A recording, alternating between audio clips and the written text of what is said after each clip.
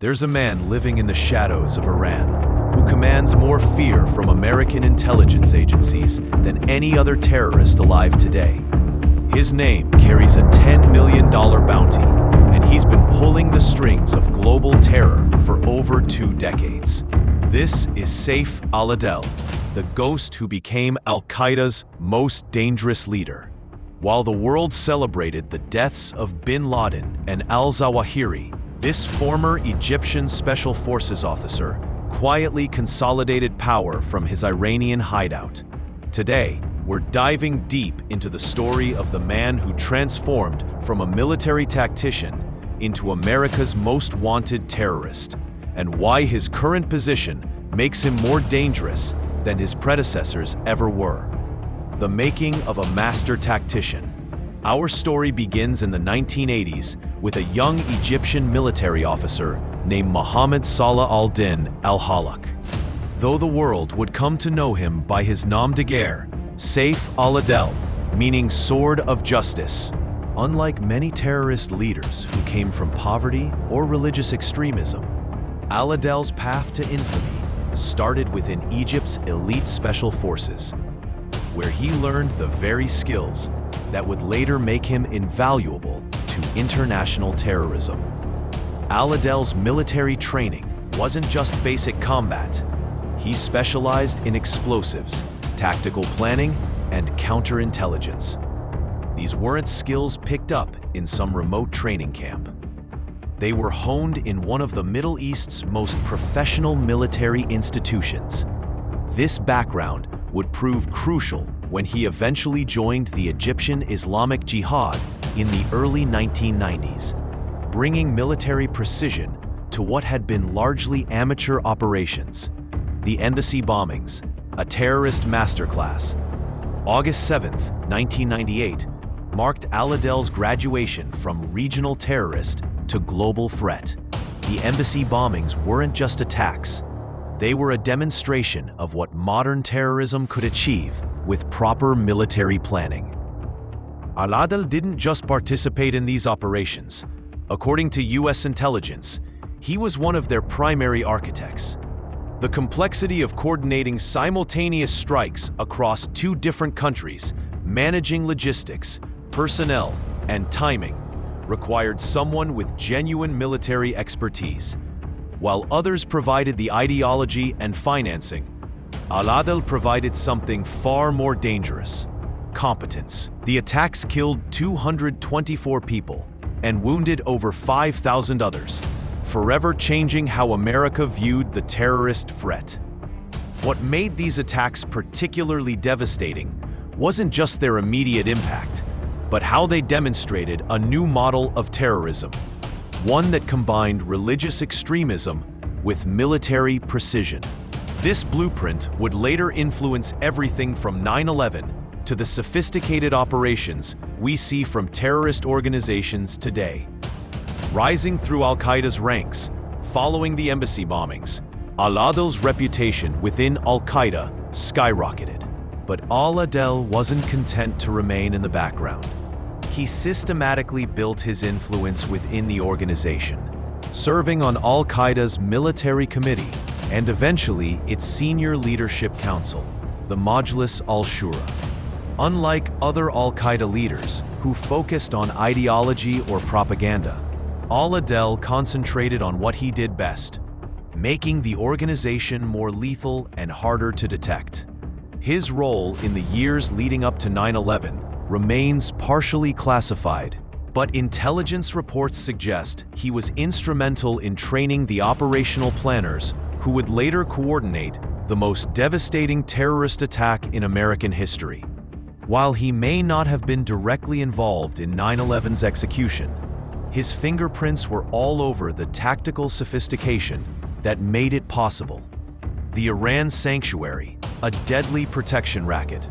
Here's where al-Adel's story takes a fascinating and deeply troubling turn. He crossed into Iran, a country that, despite being predominantly Shia and theoretically opposed to Al-Qaeda's Sunni extremism, had its own reasons for harboring America's enemies. Iran's relationship with Al-Qaeda has always been complex. Not alliance, but a marriage of convenience based on mutual hatred of American influence in the Middle East. For over 2 decades, al-Adel has lived in what intelligence officials describe as semi-house arrest in Iran. He's not free to travel, but he's also not imprisoned. Instead, he exists in a strange limbo where he's protected from American retaliation while maintaining operational command over one of the world's most dangerous terrorist organizations. This arrangement has created an unprecedented problem for American counterterrorism efforts. Unlike his predecessors, who hid in caves in Afghanistan or compounds in Pakistan, al-Adel operates from within a sovereign nation with sophisticated air defenses. The silent succession. When Ayman al-Zawahiri was killed by a U.S. drone strike in Kabul on July 31, 2022, most of the world expected al-Qaeda to fragment or weaken significantly. After all, they had just lost their second consecutive leader to American counterterrorism operations. But intelligence agencies knew something the public didn't.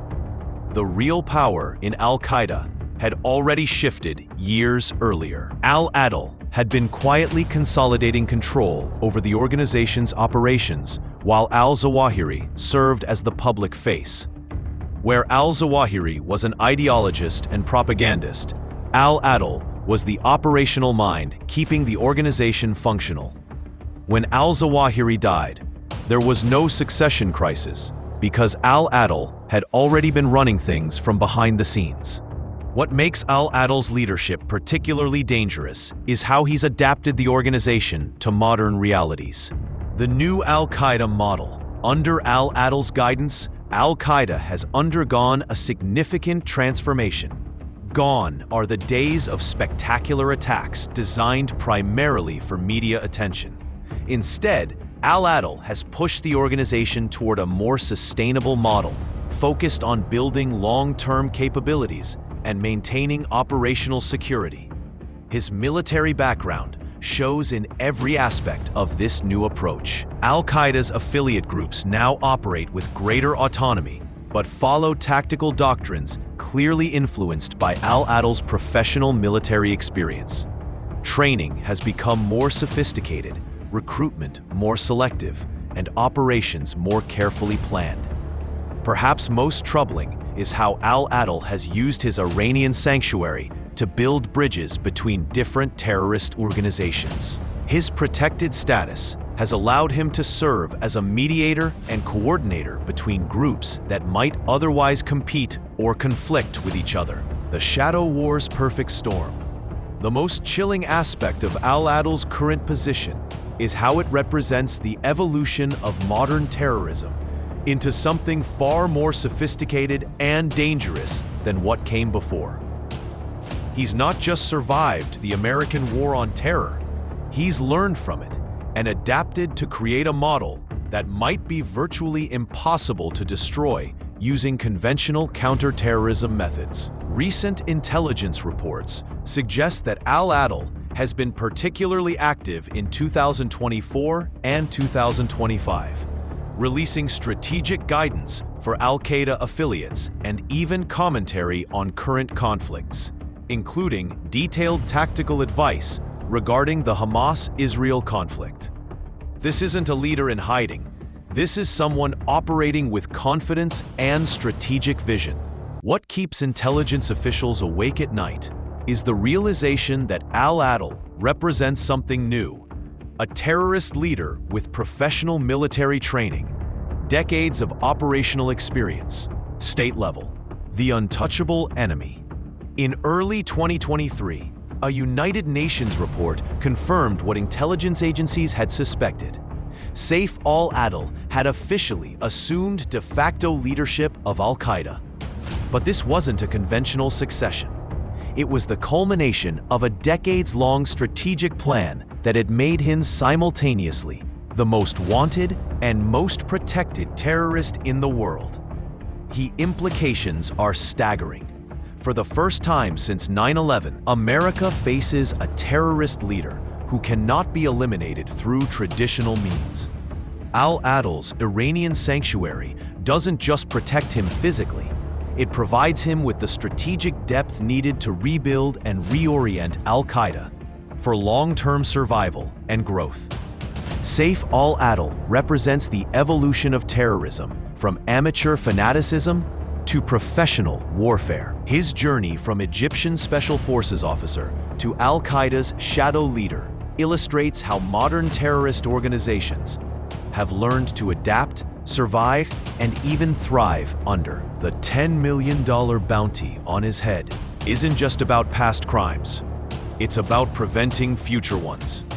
But with each passing year that al-Adel remains untouchable in his Iranian sanctuary, Al-Qaeda grows stronger, more sophisticated, and more dangerous under his professional military guidance. This is the story of how America's most wanted terrorist became its most unreachable enemy, and why Saif al-Adel might be the most dangerous terrorist leader the world has ever known. The shadow war between intelligence agencies and terrorist masterminds continues to evolve. Click the next video to discover how modern counterterrorism operations actually work, and why they might not be enough to stop the next generation of threats.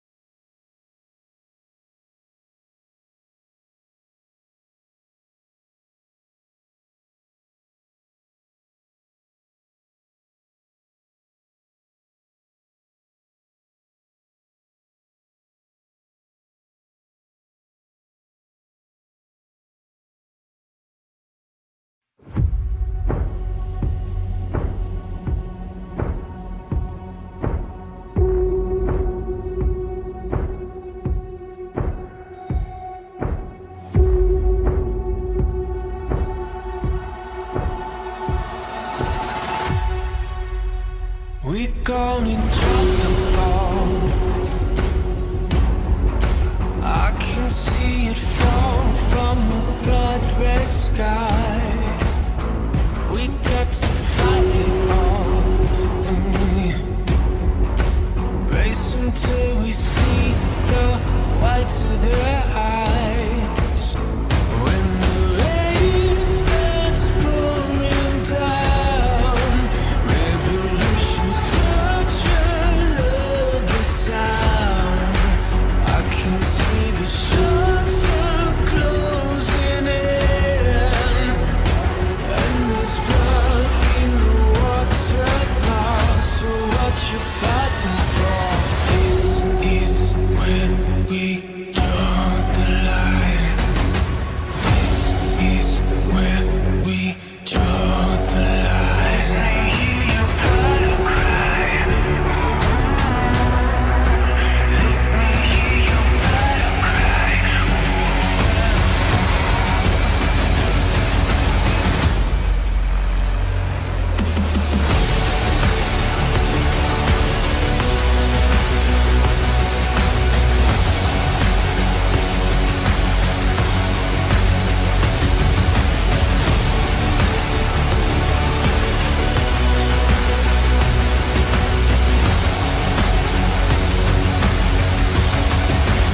Let me hear your battle cry. Let me hear your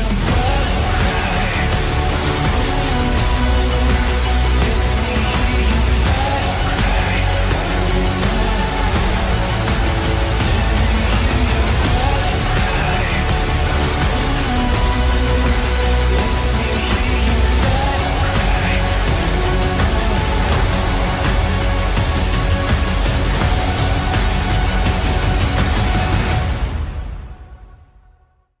It's the 21st of November 2001. It's been just 72 days since the event we are censored from mentioning on YouTube, henceforth referred to as Event A. As a meeting of the National Security Council draws to a close in the White House Situation Room, President George W. Bush Jr. takes Secretary of State for Defense Donald Rumsfeld aside to speak with him in private. "What kind of war plan do you have for Iraq? How do you feel about the war plan for Iraq?" Bush asks. Rumsfeld explains that the department was conducting a review of all of its standing war plans, some of which were in dire need of updating, but Bush insists, "Let's get started on this, and get Tommy Franks looking at what it would take to protect America by removing Saddam Hussein if we have to." Bush does not explain why Iraq is now a priority, but with this short conversation, the fuse is lit and the United States has embarked on the path to a controversial war. This video will explore, without justification or criticism, the road to the invasion of Iraq in 2003. Hold on 7, this is Route 1, troops in contact. Coordinates to follow. Saddam Hussein's regime and the United States only rekindled diplomatic relations in the early 1980s, as Iraq was embroiled in a bitter struggle with revolutionary Iran. Ayatollah Khomeini's revolutionary government was perceived by the United States to be a threat to the established order in the Middle East. Furthermore, Iran had held US embassy staff hostage, then, in the following years, had actively attacked US interests in Lebanon and contested the freedom of navigation of merchant ships in the internationally vital Persian Gulf. It was in this context of the early 1980s that, despite Iraq starting the Iran-Iraq War, Saddam Hussein was viewed by the US as the lesser of two evils. Accordingly, the Reagan administration consistently supplied Iraqi forces with dual-use industrial and logistical equipment to help in the industrial-scale war effort, as well as loans and other financial aid to prop up the faltering Iraqi economy. The extent of American support grew when Iraq seemed on the verge of defeat, and waned as they became more successful. It appeared to many that the US wanted neither side to decisively win the conflict for the sake of regional stability. This became increasingly apparent to the Iraqis. Iraq could not be considered an ally of the United States, but as the Iran-Iraq War drew to an end, the American State Department believed that Saddam was slowly moderating in his views. Accordingly, there was hope that by keeping Iraq US aligned with financial aid, the United States could use this aid to influence Saddam Hussein into reining in and further moderating his tyrannical style of ruling and antagonistic foreign policy. US-Iraq relations dramatically reversed on the 2nd of August 1990, after Saddam Hussein's invasion and occupation of Kuwait. Despite public warnings from then Defense Secretary Dick Cheney and other US diplomats, Saddam Hussein believed he had secured American approval for his invasion. The Gulf states, such as Kuwait, were considered partners by the United States, and Iraq's invasion of such a partner was met with outrage in Washington. The allegations of war crimes and human rights abuses by Iraqi soldiers only inflamed tensions. After 5 months of talks, diplomatic efforts and embargoes, the United States Security Council passed Resolution 678, authorizing the use of force to evict the Iraqi army from Kuwait. Saddam Hussein had promised the coalition the mother of all battles, and in the words of President George H.W. Bush, on the 17th of January 1991, the battle had been joined. The United States and a coalition of 41 other nations commenced Operation Desert Storm, beginning with a bombing campaign to pressure Iraqi forces to withdraw from Kuwait. A month later, on the 24th of February, the ground war started. Coalition mechanized forces breached the Iraqi border defenses and swept into Kuwait and southern Iraq. The US-led coalition ground forces won a spectacular victory against the Iraqi army and the Republican Guard, driving them out of Kuwait after just 100 hours of combat. However, the Republican Guard was not completely annihilated, and fearing the political optics of the Highway of Death on the world stage, Bush Sr. authorized a cessation of hostilities, allowing much of the Republican Guard's strength to escape back into Iraq. This victory sparked widespread jubilation among US servicemen, statesmen, and the public at large, yet the outcome was far from perfect. While Kuwait had been successfully liberated, President Bush Sr.'s administration had no clear end state for Iraq in mind. In the lead-up to the ground campaign, on February 15, 1991, President Bush Sr. delivered an oft-repeated speech, calling upon the Iraqi army and the Iraqi people to overthrow Saddam Hussein. Meanwhile, US psychological warfare units dropped leaflets over Iraqi positions, similarly calling upon them to overthrow their government. During the air campaign, several attempts were made to assassinate Saddam Hussein via airstrike. Yet, despite these efforts, there was little appetite for overt US involvement in any regime change. Few in the Bush administration, including the president himself, seriously expected any revolution to occur, and if it did, fewer still wanted the United States to be involved. Notably, CENTCOM Commander-in-Chief General Norman Schwarzkopf opposed continuing the advance onto Baghdad, citing that the US had no mandate to do so and would lose support from the Arab coalition members. In 1992, he elaborated, arguing that, "Had we taken all of Iraq, we would have been like the dinosaur in the tar pit. We would still be there, and we, not the United Nations, would be bearing the costs for that occupation." Yet, on the 1st of March, spurred on by President Bush Sr.'s encouragement, Iraqi uprisings began. The 1991 uprisings emerged from the two largest and disenfranchised groups in Iraq, the Shia Muslims in the southern half of Iraq and the Kurdish peoples of northern Iraq. While Saddam Hussein's Ba'ath Party was largely secular, they depended upon the Sunni Muslim minority in Iraq as its primary power base, and, in turn, much of the Iraqi government was Sunni. Thus, the Iraqi dictator harboured a deep distrust of Iraq's majority religious group, the Shia, whose religion he actively suppressed. Delusioned in defeat, conscripted Shia soldiers in the Iraqi army began to rebel and actively fight against Saddam's government, pushing north towards Baghdad.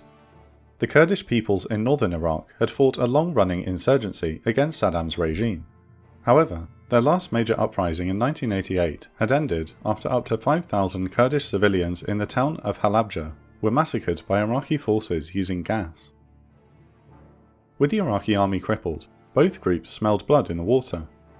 This moment in early 1991 was the closest Saddam Hussein would come to losing his grip on power. While the United States no-fly zones over Iraq prevented Saddam from using his air force against the rebels, the Bush administration made no further effort to intervene.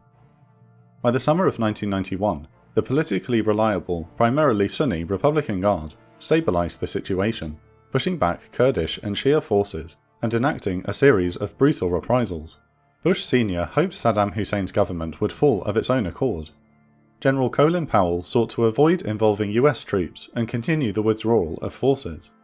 Secretary of State James Barker feared what he called a Lebanonization of Iraq, and that any US intervention could find itself in the midst of a three-way civil war.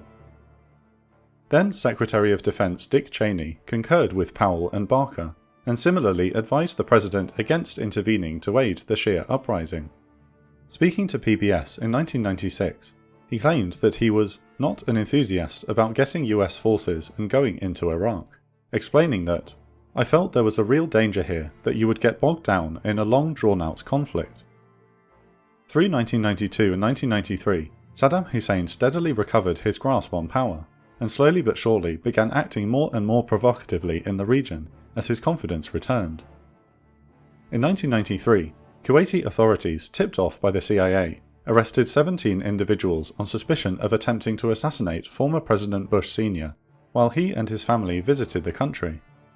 After questioning by the Kuwaiti security services and the FBI, several of the plotters admitted to working on behalf of the Iraqi intelligence service. In his first major confrontation with Iraq, President Bill Clinton ordered the US Navy to retaliate, launching 23 cruise missiles at the Iraqi intelligence service headquarters in Baghdad. In early October 1994, Iraq deployed 64,000 troops, including 2 Republican Guard divisions, to the Kuwaiti border, a move which bore stark resemblance to their force build-up in 1990 prior to the invasion of Kuwait. In response, the United States launched Operation Vigilant Warrior and, along with the United Kingdom, rushed additional air, naval and ground forces to Kuwait to deter a second invasion. Iraqi forces stood down at the end of October. Due to these events and Saddam Hussein's continued survival, the Clinton administration still considered Iraq a key threat to regional security and had adopted a policy of containment. Many of the sanctions and economic constraints placed on Iraq by the UN for invading Kuwait in 1991 were still in place, such as the Oil for Food program. But as the years passed, they showed little sign of affecting Saddam Hussein's government, and instead the suffering was predominantly felt by Iraqi citizens. While still not committed to intervention, President Clinton directed the Central Intelligence Agency to explore options to engineer regime change in Iraq. By 1996, one such attempt was nearing fruition. After months of work, CIA and MI6 field officers had recruited a cadre of senior Iraqi army generals who sought to launch a coup against Saddam. Operating from Jordan, the American and British agencies provided communications, logistics and planning support to the coup plotters. However, Saddam Hussein had carefully oriented his regime and his security services against the threat of coups from the army and other areas of government. In the summer of 1996, the Iraqi intelligence agency discovered the plot, and in a one-night purge, 120 army officers associated with the plot were arrested and executed. During one of the night's arrests, an intelligence officer found a US-supplied mobile phone. He made a call to the only number in the contacts, and a CIA officer in Jordan answered. "Your men are dead, pack up and go home," the officer told him, and with these words, the CIA's coup attempt was left in disarray. The United States would not stop there. President Clinton made support for regime change the standing policy of the United States government with the 1998 Iraq Liberation Act, which authorized the United States to support Iraqi opposition groups and charged Saddam with violating international law. Under Section C of the United Nations Security Council Resolution 678, Iraq was obligated after the 1991 Gulf War to declare its stockpile of chemical and biological weapons, as well as any ballistic missiles with a range of over 150 kilometers. These and any production facilities were to be destroyed under the supervision of a UN Special Commission. Iraq was also asked to agree to never develop nuclear weapons, and to hand all weapon-usable nuclear materials over to the International Atomic Energy Agency. The UN Special Commission worked over the next 7 years, overseeing the destruction of Iraq's admitted stockpile of weapons of mass destruction, or WMDs. But during this time, there were constant suggestions that Iraq had not declared its entire stock, and the Iraqi government made several attempts to hinder the work of the weapon inspectors by preventing them from inspecting key areas, stopping them from following leads. A commission report published in October 1998 suggested that Iraq was potentially concealing a VX nerve gas production capability, as well as other violations. Saddam Hussein, unhappy with the continued work by the weapons inspectors and the UN's refusal to lift sanctions, stopped all UN Special Commission work. On the 15th of December 1998, the UN Special Commission submitted its final report outlining Iraq's alleged lack of cooperation. 2 days later, in retaliation for ending the work of the weapons inspectors, the United States and United Kingdom launched Operation Desert Fox, a 4-day bombing campaign specifically targeting suspected WMD production and storage sites. While seen as inconclusive at the time, after the fall of Saddam Hussein, David Kay, who led the post-war search for WMDs, concluded that due to Desert Fox, the Iraqi weapons production program withered away and never got momentum again, largely due to the psychological shift in the Iraqi weapons industry. Iraqi manufacturers and technicians realised that any production effort was futile as it could simply be destroyed, so in effect they stopped trying. During the 2000 presidential election, George W. Bush Jr. and future Vice President Dick Cheney openly lambasted the more interventionist foreign policy Bill Clinton had adopted. In an interview with NBC, Dick Cheney stated that the United States should not act as if it were an imperialist power willy-nilly moving into capitals in that part of the world, taking down governments. Bush and Cheney's opponent was Clinton's Vice President Al Gore. Gore believed in continuing Clinton's policy of containing but not invading Iraq. Nonetheless, Bush and Cheney prevailed in one of the closest, most controversial elections in American history.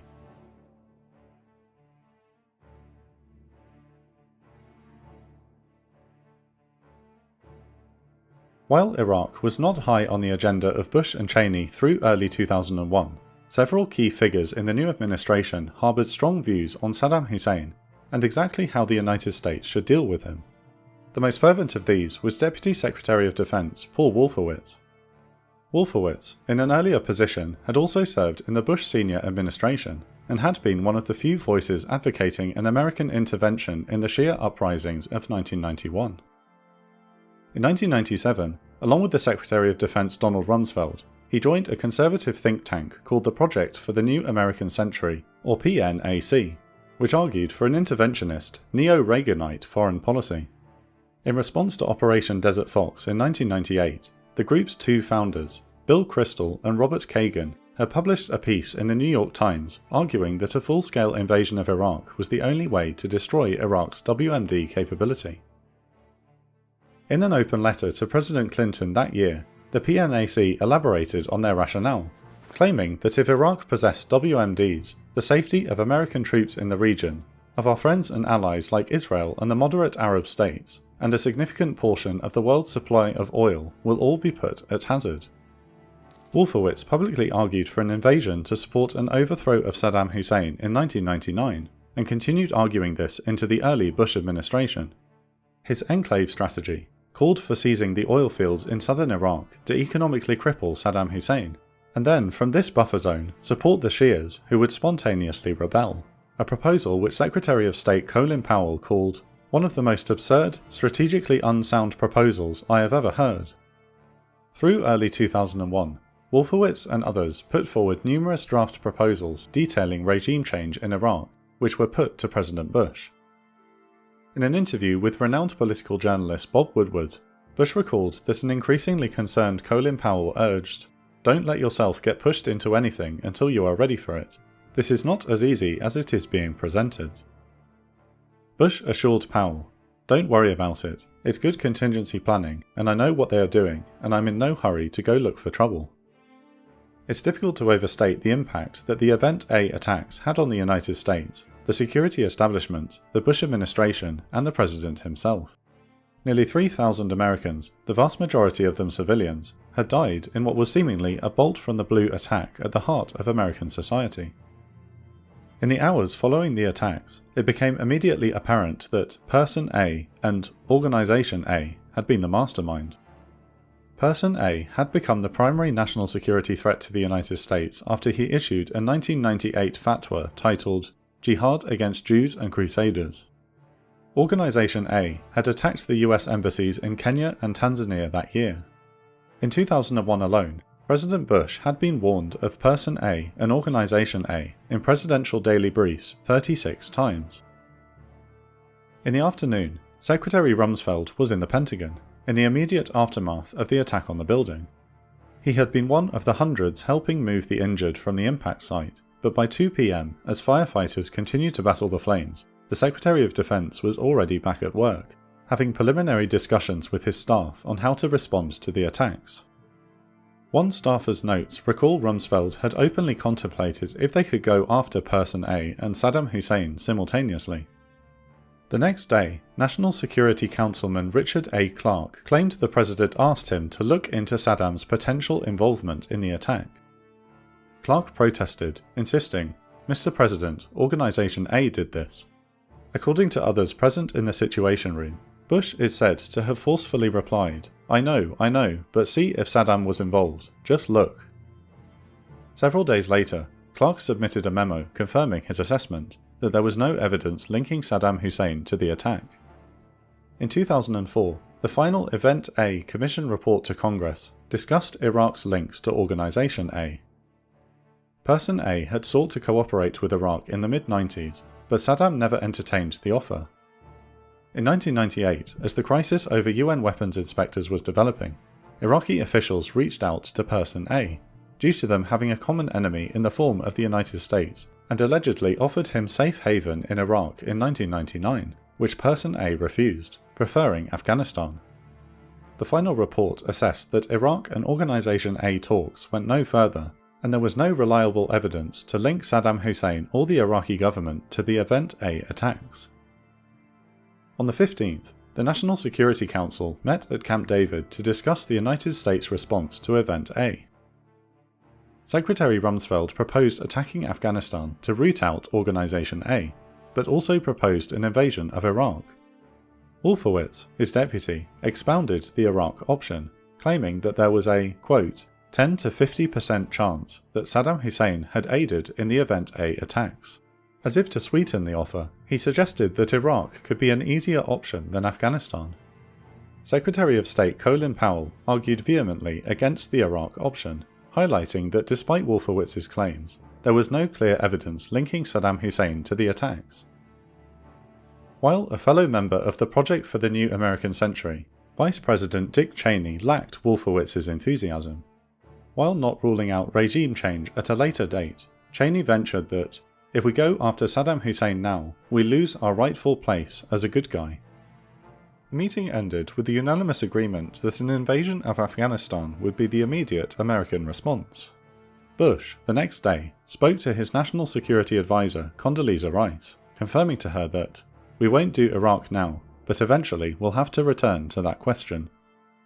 By the 26th, leading elements of the CIA's Special Activities Division were on the ground in Afghanistan, linking up with the Afghan Northern Alliance rebels to begin their campaign to topple the Afghan regime. US and Allied special and conventional forces officially began filtering into the region on the 7th of October. The conflict rapidly escalated, and for the next several months, Afghanistan was the priority of the Bush administration. In January 2002, Vice President Dick Cheney spoke with several CIA case officers to discuss regime change options for Iraq. First, Cheney asked if another coup attempt was possible, but since the 1996 attempt under Clinton, there had been no progress nor hint of an opening on that front. Cheney shared a unique relationship with his president, and Bush had instructed him to adopt several roles beyond his traditional purview as vice president. While an informal position, Cheney played a key role in assessing the information provided by the US intelligence community and passing his assessment onto the president, separate from the assessments of the intelligence chiefs. The US intelligence agencies unquestionably dropped the ball prior to the Event A attacks, and this severely undermined the confidence of the president and many of the secretaries in their assessments. Cheney's position allowed him to circumvent the directors and heads of the CIA, Defense Intelligence Agency, and National Security Agency, and analyze the raw intelligence and lower-level assessments personally. In addition to this second source of intelligence analysis, Cheney delved deeper into this role, acting as what Bob Woodward would call the self-appointed examiner of worst-case scenarios.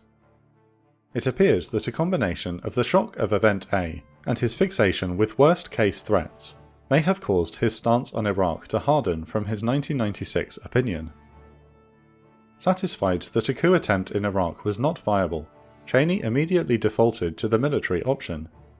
CIA officer Louis Ruder claimed Cheney replied, "We made a mistake last time, we're going to correct that mistake this time." On the 29th of January, President Bush made his 2002 State of the Union address. In this speech, he coined the axis of evil, the trio of Iraq, Iran, and North Korea, who the United States now considered potential adversaries. He announced, "States like these and their allies constitute an axis of evil, arming to threaten the peace of the world." Continuing, Bush promised, "I will not stand by as peril draws closer and closer. The United States of America will not permit the world's most dangerous regimes to threaten us with the world's most destructive weapons." As the Department of Defense and US Central Command hectically threshed out preliminary invasion plans, a speech the President delivered at West Point in July of 2002 summarized his new approach to national security threats. To the assembled US Army officer cadets, Bush announced that, "We must take the battle to the enemy, disrupt his plans, and confront the worst threats before they emerge. If we wait for threats to fully materialize, we will have waited too long."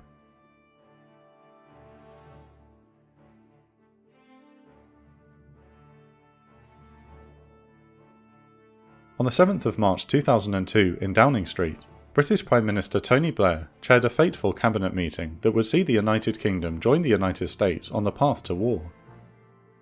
After Event A, Blair had promised that Britain would stand shoulder to shoulder with our American friends. This was no empty statement, and MI6 and British Special Forces had played a key role in the invasion of Afghanistan in 2001. But the British government had sensed a shift in American priorities towards Iraq. According to the later Iraq inquiry known as the Chilcot Report, Sir Richard Dearlove, the chief of MI6, had informed Blair in late February that the United States had abandoned the previous policy of containment and was now set on war with Saddam Hussein. The 7th of March cabinet meeting concluded that regime change in Iraq would be desirable in view of Saddam's human rights abuses and potential WMD capabilities, but only if authorized by a United Nations mandate. The issue for Prime Minister Blair was that as part of policy discussion in early 2001, the Foreign Office had officially dismissed the concept of regime change as having no basis in international law. So, the United Kingdom had to participate with a more apparently altruistic motive for it to be lawful. Citing declassified reports from the British Joint Intelligence Committee, or JIC, the 2016 Chilcot Report assesses that British intelligence services were highly sceptical of the US claim that Saddam Hussein was cooperating with Person A or Organisation A. But the report notes that there was an ingrained belief in much of the British government that Saddam Hussein could have expanded his WMD stockpile in the years when weapons inspectors were absent. It states that public references to Iraqi WMDs by the Blair government were much more stark than the information the JIC provided would have warranted. It was the threat of WMDs that formed the foundation of the British government's alleged justification for war. Blair discussed this possibility of war a month later at the Prime Minister's official country residence in Chequers in preparation for a meeting with President Bush. He announced that it would be beneficial to remove Saddam if it could be done without terrible unforeseen circumstances. Admiral Michael Boyce, the Chief of the Defence Staff, the professional head of the British Armed Forces, was stunned and desperately attempted to walk Blair back. Boyce explained that he was concerned that Blair and the British government as a whole did not truly understand the decisions being made in Washington, arguing that ultimately Donald Rumsfeld, Paul Wolfowitz and Dick Cheney were the true driving force for war, and that Bush was acting primarily on their advice. On the 23rd of July, MI6 Chief Sir Richard Dearlove briefed Blair and his cabinet on the state of the American position. His report was simple: the United States was going to war. Bush was final on that decision. The justification was Saddam's alleged involvement with Organisation A and the possession of weapons of mass destruction. But he noted that the intelligence was being fixed around the policy. British Foreign Secretary Jack Straw was evidently concerned about the WMD justification. After asking Dearlove several questions on the subject, Straw concluded, "It seemed clear that Bush had made up his mind to take military action, even if the timing was not yet decided. But the case was thin. Saddam was not threatening his neighbours, and his WMD capability was less than that of Libya, North Korea or Iran." By August, Events in Washington were beginning to move quickly. Public debate was beginning to increase regarding potential military action against Iraq. As the weeks went by, President Bush was briefed more and more regularly by Donald Rumsfeld and CENTCOM Commander General Tommy Franks, discussing the finer details of the Iraq operation. Colin Powell grew increasingly anxious, fearing that the president did not understand the short and long-term ramifications of a potential invasion. Powell seized his opportunity when he was invited to a private dinner with the President and National Security Advisor Condoleezza Rice on the 5th of August. As they ate, Powell pressed home the fact that the United States would be solely responsible for the well-being of the Iraqi people, that the war could destabilize US allies such as Saudi Arabia and Jordan, as well as other negative points he felt Rumsfeld and Franks were glossing over. Bush appeared receptive, so Powell put his most critical argument forward. The United States needed allies, not only for bases from which to launch the invasion, but for legitimacy. In an interview with Bob Woodward, the Secretary of State recalled this unusually frank argument. "It's nice to say we can do it unilaterally, except you can't," he began. "If you think it's just a matter of picking up the phone and blowing a whistle and it goes, no, you need allies, and you need access." The President considered this, and after questioning Powell further, asked for advice. The former general explained that by going to the United Nations, it would formally internationalize the problem. As he explained later, the UN was technically the aggrieved party, as it was their resolutions that Saddam was allegedly violating. Though, Bush had to accept that the United Nations may be able to resolve the crisis and avert war. After several hours of discussion, Powell and Rice felt sure they had convinced Bush of an international and coalition-building approach. On the 26th of August, Dick Cheney, at a speech for the veterans of foreign wars, almost entirely disregarded Powell's UN approach and derided the possibility of forcing Iraq to accept more weapons inspectors. Concerned that Bush was being steered from the agreed course by hawkish elements of the administration, Powell met with his British counterpart Jack Straw. Straw recalled in an interview with the BBC that he had told Powell that the United Kingdom would not be able to join the United States without a United Nations mandate, because it would be unlawful and there would be no parliamentary or popular support otherwise. To force this point, Prime Minister Blair flew to the United States, joining President Bush and Dick Cheney at a meeting in Camp David. Like most of the British government, Blair believed that the United Nations route was the only lawful option.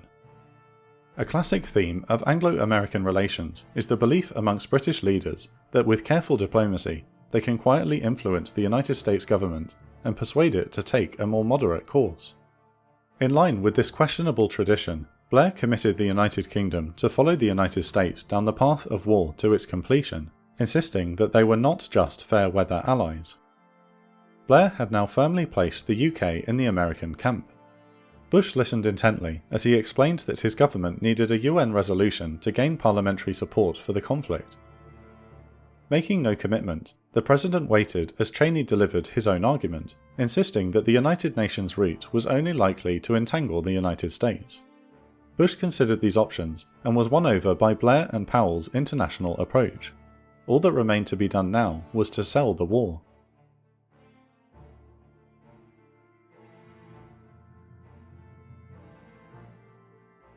Writing in 2004, British historian Lawrence Freedman noted that the prominence of intelligence assessments in justifying a war against Iraq in 2003 was really without precedent. This meant there was unusual pressure on the British and American intelligence services to supply sufficient evidence of Iraqi weapons of mass destruction or Saddam's support for militants to win public and international support for an invasion. This led the intelligence agencies to stray from their established methodologies and begin looking for sources and information to fit the assessment they sought to provide, disregarding any evidence to the contrary, leading to a dangerous form of confirmation bias. Further warping these assessments was a prevailing loss of confidence in the abilities of the intelligence services after Event A. The reason being that if they had missed the Event A plot, it was entirely possible they could be missing key information on Iraq. So, the politicians pressing for war played an unusually large role in interpreting raw intelligence reports. Rumsfeld and Wolfowitz in the Defense Department had their own intelligence analysts review reports given to them by the CIA and others. They noticed things that nobody else had noticed, It was there all along, it simply hadn't been noticed, a Department of Defense official claimed, because the CIA and DIA were not looking. Despite calls for caution by some members of the intelligence community, the official claim, the level of competence on past performance of the Central Intelligence Agency in this area is appalling. With the confirmed switch to an internationalist UN-based strategy, the search for evidence of WMDs assumed a renewed importance, as even the Bush administration was finding that, by September 2002, no clear consensus could be formed as to whether Saddam had any links to Organisation A, and UN support could not be mobilised without some existential threat. In February, the CIA had received a report from Italian military intelligence indicating that Iraqi officials sought to purchase yellowcake uranium from Niger. The CIA had received a less detailed report in October 2001 and disregarded it, but the increasing pressure to find evidence of Saddam's WMD programs meant that the new report was seen in a different light by both the CIA and DIA. Vice President Cheney jumped at what he saw to be an Iraqi attempt to kickstart a nuclear weapons program, and ordered the CIA to follow trail. In fact, the document was forged by a former Italian intelligence officer, who hoped to sell the documents to the French intelligence agency, the DGSE. The DGSE quickly became wise to the forgery, and refused to buy, but dispatched a team to Niger to double-check the claims. Niger's uranium mining industry was dominated by a consortium of French energy companies, procuring the uranium for use in nuclear reactors, so if there were any truth to the allegation, it could cause great harm to French interests. The DGSE officers confirmed that the story was completely baseless, and the documents were forged. This finding was relayed back to the United States by the CIA's station chief in Paris, Bill Murray. Even with this assessment, the CIA only narrowly blocked a reference to the supposed uranium deal being included in President Bush's speech to the United Nations on September 12th. The President's address to the UN General Assembly was the formal beginning of the UN approach. Over the course of the 26-minute speech, he warned that, with every step the Iraqi regime takes towards gaining and deploying the most terrible weapons, our own options to confront that regime will be narrow.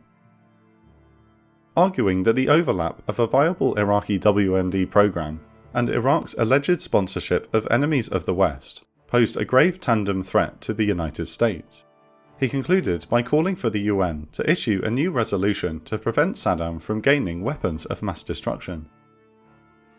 Meanwhile, in London, Prime Minister Blair was growing increasingly concerned about public opinion. The anti-war movement was beginning to build steam. In 2001, the British government had released an intelligence dossier that successfully demonstrated the link between Event A and Organisation A. So, Blair instructed the British intelligence agencies to repeat the process with a preliminary dossier that September. On the 5th of September, Alistair Campbell, Blair's Director of Communications, met with the head of the Joint Intelligence Committee and, despite warnings from the JIC chairman that there was very little actionable intelligence on an Iraqi nuclear program, Campbell told the intelligence chiefs that the dossier needed to be revelatory. While he was not a member of the commission, over the following weeks, Campbell closely supervised the construction of the dossier with the JIC. His proximity and alleged input from Prime Minister Blair led to accusations that the dossier's claims were embellished for greater impact. Made public on the 24th of September, it claimed, Iraq was seeking an indigenous ability to enrich uranium to the level needed for a nuclear program, and, if Iraq obtained fissile material and other essential components from foreign sources, they could produce a nuclear weapon in between 1 and 2 years.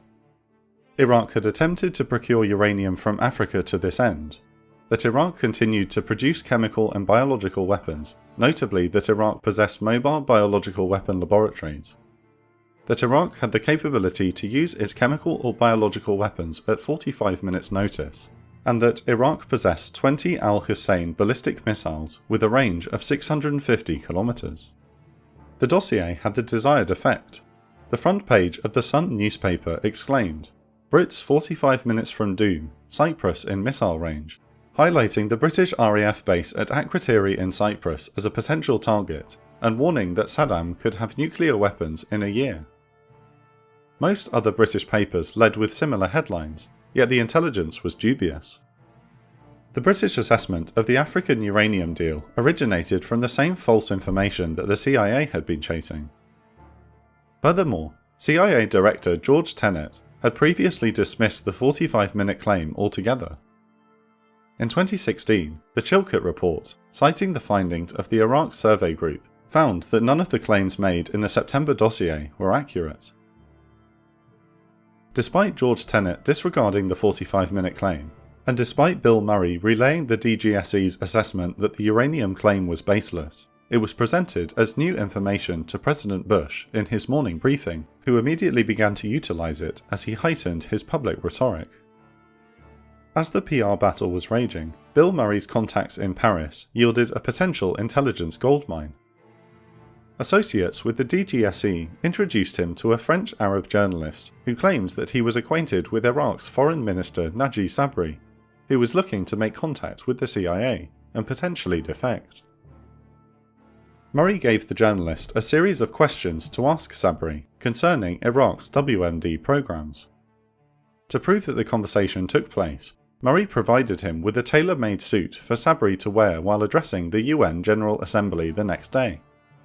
Sabri, to this day, denies being in contact with the CIA, but while he gave his speech to the floor of the United Nations, he was allegedly wearing Murray's suit. The journalist relayed the foreign minister's answers. Iraq had no active WMD programs. Sabri allegedly admitted that there may have been leftover chemical munitions from before the 1991 Gulf War, but there was no new production, and there was no nuclear weapons program whatsoever. The head of the CIA's Iraq Operations Group, Louis Rueda, was not convinced, arguing that Sabri's word could not be trusted while he was still part of Saddam's government. Therefore, this intelligence meant nothing unless he defected. Murray managed to bring the matter to Director George Tenet's attention, who passed this to the White House for Bush and Cheney's consideration. The reply echoed Rueda's rebuttal. On the 1st of October, the CIA published its 2002 National Intelligence Estimate on Iraqi weapons of mass destruction. The estimate stated with confidence that Iraq was actively pursuing a nuclear weapons program and harboured significant stocks of chemical and biological weapons. Yet, the actual evidence cited in the estimate was minimal compared to the certainty of conclusions in the document. To evidence Iraq's nuclear weapons program, the estimate claimed that the procurement of aluminium tubes pointed to an attempt to build nuclear centrifuges to create fissile material, even though the Department of Energy disagreed with that assessment. The estimate also claimed that Iraq had converted trainer aircraft into unmanned aerial vehicles for the sole purpose of spraying biological agents over targets. Somewhat dramatically, the estimate posits the idea of these drones being launched close to the continental United States to conduct attacks with biological weapons. The report also claimed that Iraq held substantial undeclared stockpiles of up to 500 metric tons of mustard, sarin, GF and VX gas. The State Department under Colin Powell offered a far more conservative estimate which was included in the report, which did not accept the existence of a nuclear weapons program. However, this had little bearing on the estimate's conclusions. On the second day, the next day, the joint resolution for the use of military force against Iraq was introduced to Congress. There was relatively little debate on the floor over the resolution. Pulitzer-winning writer Thomas E. Ricks suggests that this may have been due to the long shadow of the Democratic Party's opposition to the 1991 Gulf War.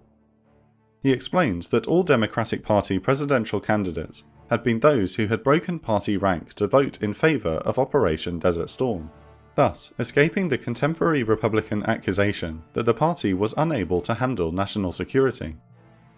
With this in mind, he argues, many Democrats feared being seen as soft. The resolution passed both houses and was signed into law by President Bush on the 16th. The threat of force leveraged by the US at the United Nations was now approved by Congress, and, domestically, the President now had the legal authority to commence hostilities at any time. Meanwhile, Colin Powell and his State Department staffers were busy drafting and editing what would go on to become United Nations Security Council Resolution 1441.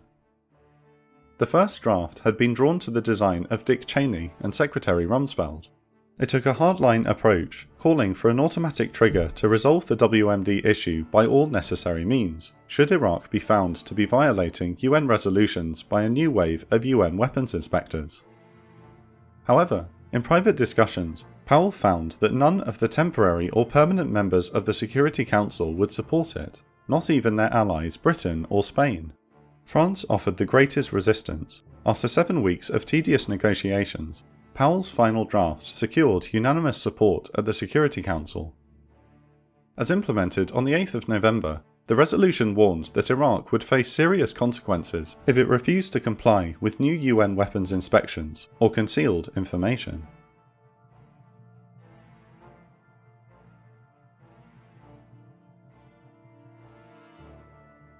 However, it was not wholly clear if serious consequences could mean war, or if the US or UK would need a second resolution to justify a conflict, which was the French Foreign Minister's contention.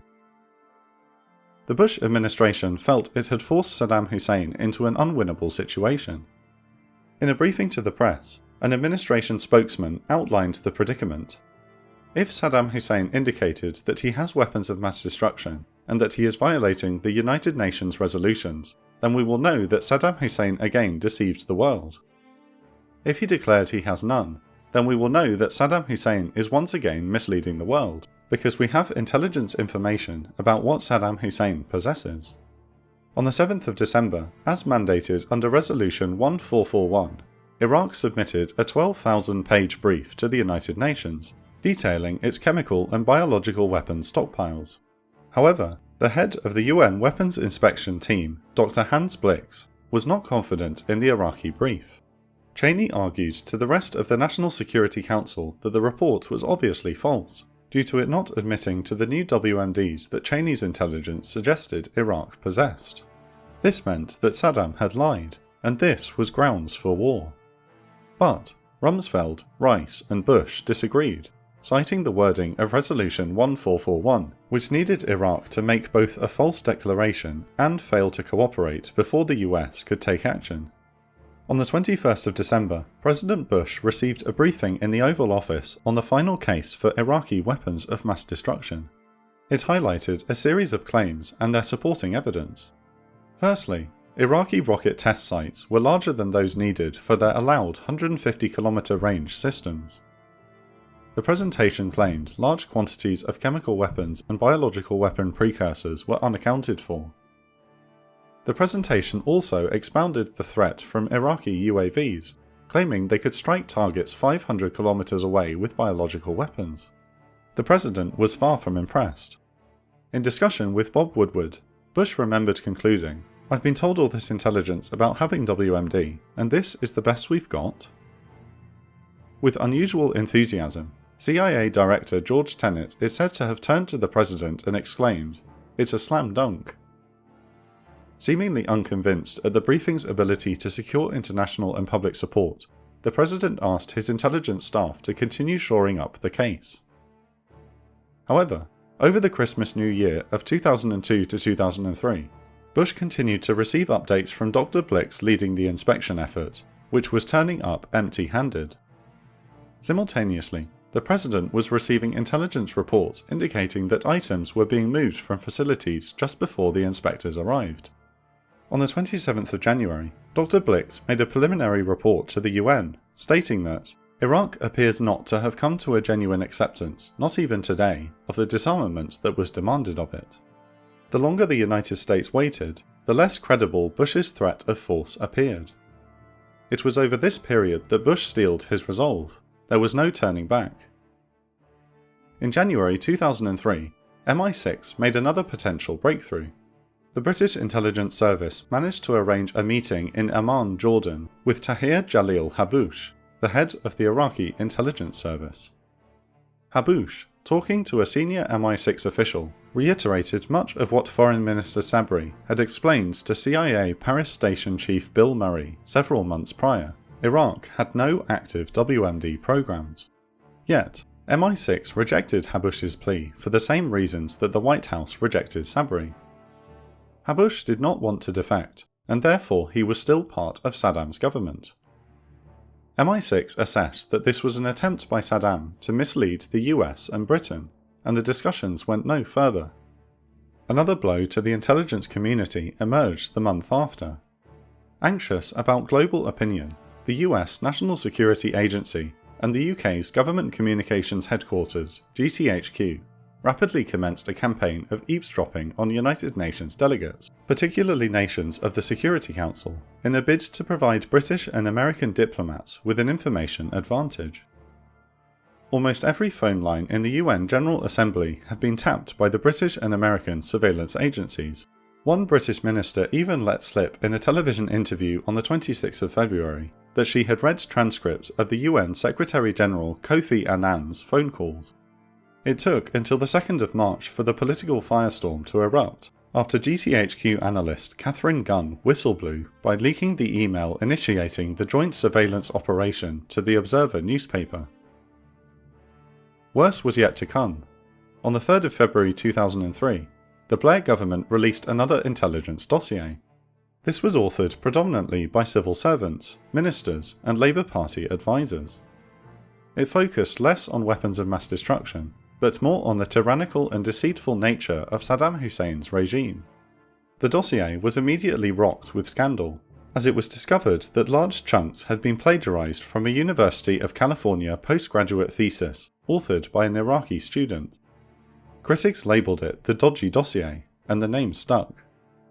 This amateurish approach angered the British intelligence services, who were tainted by the dossier they had not written. Yet, the methodology and the approach of the intelligence agencies, as directed and pressured by their political overlords, was equally flawed, and skewed the intelligence picture of Iraq's WMD capability.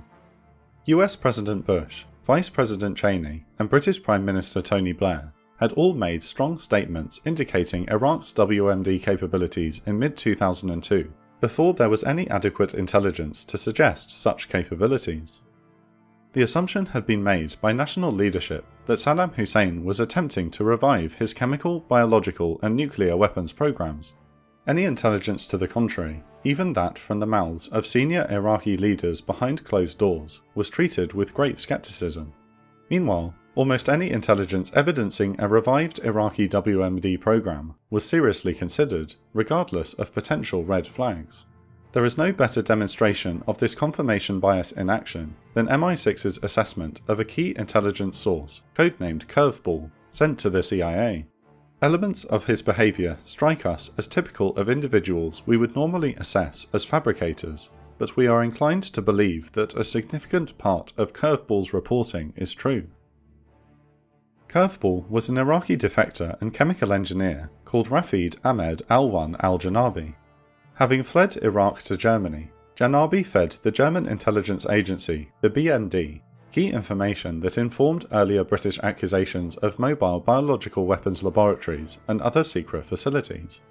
In 2011, he admitted in an interview with the Guardian newspaper that he had drawn on his chemical engineering education to convincingly fabricate his entire testimony, in the hopes that Saddam would be overthrown and democracy brought to his home country. With hope for a diplomatic solution, and even a second UN resolution fading, President Bush decided that all of the United States and Britain's evidence for Iraqi weapons of mass destruction and support of militant organisations needed to be presented to the United Nations prior to the commencement of hostilities. Bush selected Colin Powell, by far the most trusted member of the government according to polling data. This is never-before-seen footage of British soldiers invading Iraq in 2003. Cheney is claimed to have coldly commented. It was taken on the 24th of March and shows Royal Marine Commandos on the Al-Faw Peninsula in the southeast of the country. Within a month, they had completed the first part of their mission, capturing Basra, while the Americans went north and took the capital of Baghdad. Next, they had to find Iraq's brutal dictator, Saddam Hussein, and disarm him of his weapons of mass destruction. There was one problem though. Saddam didn't have any. And displayed computer-generated images of trucks matching Curveball's description of mobile production. So why were these soldiers looking for weapons of mass destruction? An axis of evil.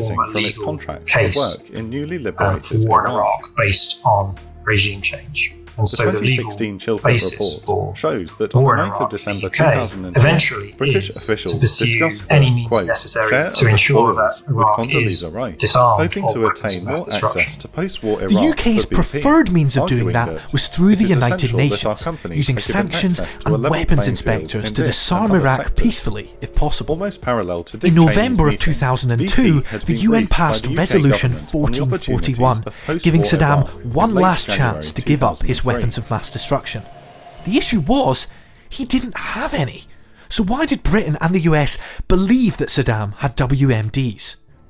Another key area of controversy This is is the tricky legality area of the war itself. Throughout the 90s, the UN This weapons controversy inspectors, centres around I the think, UN do Security Council a pretty good Resolution job of 1441, ensuring that Iraq's and weapons if the of wording mass of the destruction resolution specifically disappear, Powell's he warning of wants serious people to consequences believe allowed that, for US he's and running British these military programs action. and he's developing these weapons as it The contemporary gives the American impression and British he's explanation hinges man on of the power. wording of Resolution Remember that Saddam 1441. ruled through fear, and Traditionally, the idea UN that he had resolutions weapons are of used mass to destruction legitimise was a offensive major wars part of by that. allowing They UN not only member helped states to suppress force his the nation internal in enemies, question to but also adhere to the ensured that UN's Iraq remained resolutions an by all important necessary player in the means. region as a whole. All necessary However, means is a Saddam's lack of diplomatic euphemism for transparency on war. that issue But during allowed Powell's nations to see negotiations, whatever the they French wanted would to not see vote in in favour his if all actions, necessary with means intelligence was reports included in the simply text. used to confirm Powell managed to pre-existing secure their beliefs. support by Iraq using the had more allowed ambiguous inspectors phrase, back into the serious country consequences. under Resolution 1441, Resolution but 1441 without being outlines fully that for compliant. Iraq to face For the serious US, consequences, that gave cause it for would have war, to omit but or the make a Security false statement Council about still its remained WMD arsenal unconvinced. and refused to There's two comply main with the camps. So on instructions one side you outlined have under the Spain, resolution. Britain,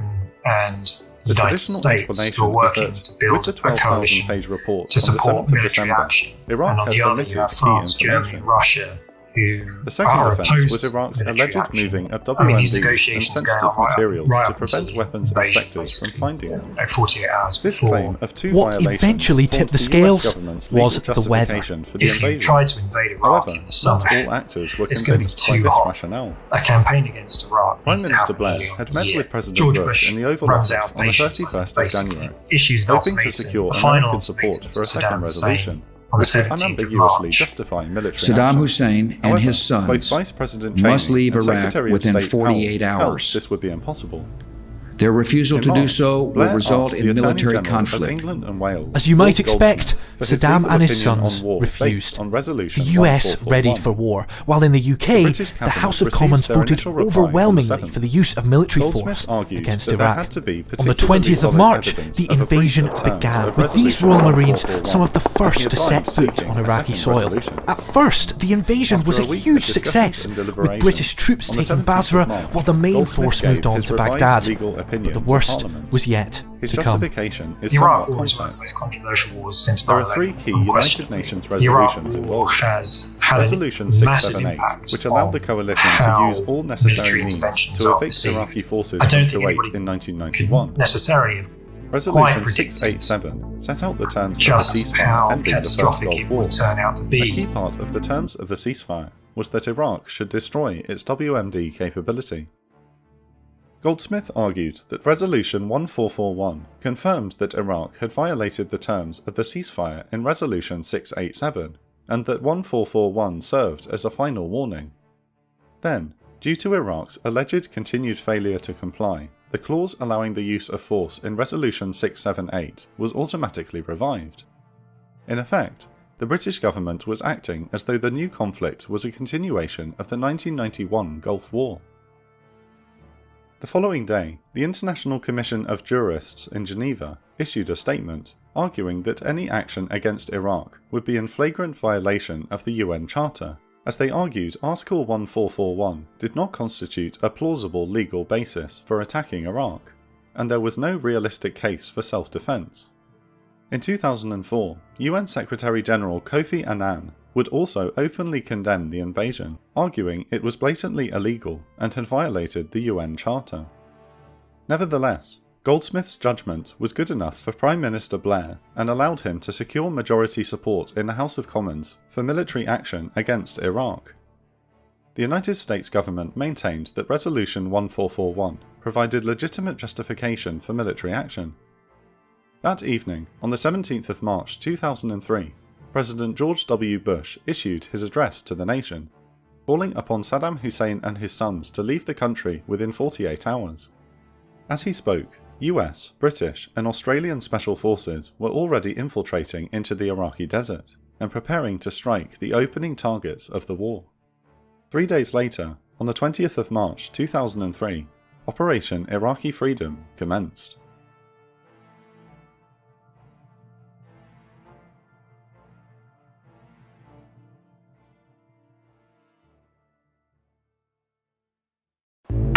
This is never-before-seen footage of British soldiers invading Iraq in 2003.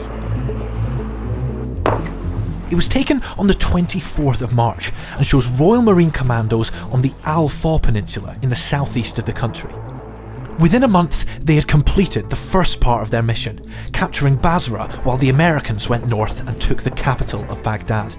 Next, they had to find Iraq's brutal dictator, Saddam Hussein, and disarm him of his weapons of mass destruction. There was one problem though. Saddam didn't have any. And the people who knock these buildings down will hear all of us soon. So why were these soldiers looking for weapons of mass destruction? An axis of evil, arming to threaten the peace of the world. And why did the Iraq War happen in the first place? The security of the world requires disarming Saddam Hussein now. Well, before we answer those questions and more, a reminder to subscribe to the Imperial War Museum's YouTube channel for more videos just like this every 2 weeks. Why did we go to war in Iraq? I mean, if you drill down into it, the big cause of the Iraq War really is 9/11. The terror attacks on the 11th of September 2001 shook the world. Our very freedom came under attack in a series of deliberate and deadly terrorist acts. Al-Qaeda terrorists hijacked US passenger planes and flew them into both World Trade Centers in New York and the Pentagon in Washington. Almost 3,000 people were killed. The idea that the greatest military and economic power in the world could be attacked to that degree on its own shores is unheard of. And it really makes governments reassess the threat of international terrorism. But the 9/11 terror attacks were committed by Al-Qaeda, who mainly operated out of Afghanistan, while Iraq, they had nothing to do with it. Things didn't add up, so I put that question to Chris. What the hell has it got to do with Iraq? Well, I think this is the point. In order for terrorist groups to attain that level of impact in their future attacks, that what they might look to do is to employ the use of chemical attacks, biological attacks, nuclear. I mean, that is the threat they perceive. So George Bush, in his State of the Union address in January 2002, declares an axis of evil, Arming to threaten the peace of the world. By seeking weapons of mass destruction, these regimes pose a grave and growing danger. They could provide these arms to terrorists, giving them the means to match their hatred. The price of indifference would be catastrophic. It wasn't that Iraq had a hand in 9/11. It was the fear that Iraq could have a hand in the next 9/11, which would be even worse thanks to the use of weapons of mass destruction. The main source of those fears was Iraq's leader, Saddam Hussein. Saddam Hussein is Iraq's dictator. He rules through fear. Absolutely, he rules through fear and has a track record of using chemical and biological weapons against both his own population, and he used them during the Iran-Iraq War in the 1980s. Saddam had even committed a genocide against the Kurdish people in 1988, killing over 50,000 according to Human Rights Watch, in part with chemical weapons. However, things had started to change after the first Gulf War. In 1990, Iraq invaded the small oil-rich nation of Kuwait before an international coalition led by George Bush's father responded. They pushed Saddam back into Iraq, imposed strict sanctions, and introduced UN weapon inspectors who began disarming Iraq of its WMDs. Saddam was left in power, providing a useful counter to Iranian influence in the region. Successive US presidents decided against removing him, reluctant to get bogged down in a long war. But that perception started to shift after the NATO invasion of Afghanistan in 2001. The war in Afghanistan looks like it's going really well. They're starting to hold elections, they're introducing democracy. The success of the initial invasion into Afghanistan leads to the idea that something similar could potentially be done in Iraq. By this point, President George Bush had already decided to take action against Iraq. He was convinced of the threat they posed. But the US didn't want to go to war alone. They needed allies. The natural choice being the United Kingdom across the Atlantic. British Prime Minister Tony Blair already had a strong personal relationship with Bush, telling him, "I will be with you whatever," in a letter from 2002.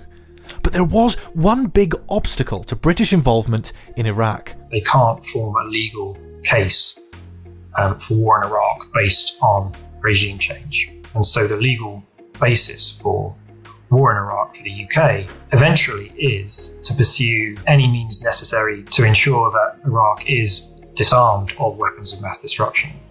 The UK's preferred means of doing that was through the United Nations, using sanctions and weapons inspectors to disarm Iraq peacefully if possible. In November of 2002, the UN passed Resolution 1441, giving Saddam one last chance to give up his weapons of mass destruction. The issue was, he didn't have any.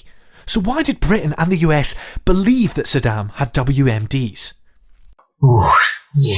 This is a tricky area now.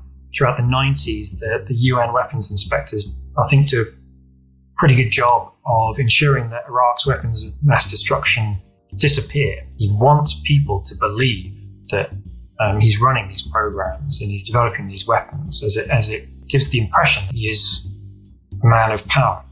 Remember that Saddam ruled through fear, and the idea that he had weapons of mass destruction was a major part of that.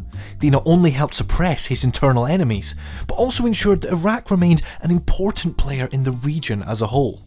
However, Saddam's lack of transparency on that issue allowed nations to see whatever they wanted to see in his actions, with intelligence reports simply used to confirm pre-existing beliefs. Iraq had allowed inspectors back into the country under Resolution 1441, but without being fully compliant. For the US, that gave cause for war, but the Security Council still remained unconvinced. There's two main camps. So on the one side you have Spain, Britain and the United States who are working to build a coalition to support military action. And on the other you have France, Germany and Russia who are opposed to military action. I mean, these negotiations are going on right up until the invasion, basically, 48 hours before. What eventually tipped the scales was the weather. If you try to invade Iraq in the summer, it's going to be too hot.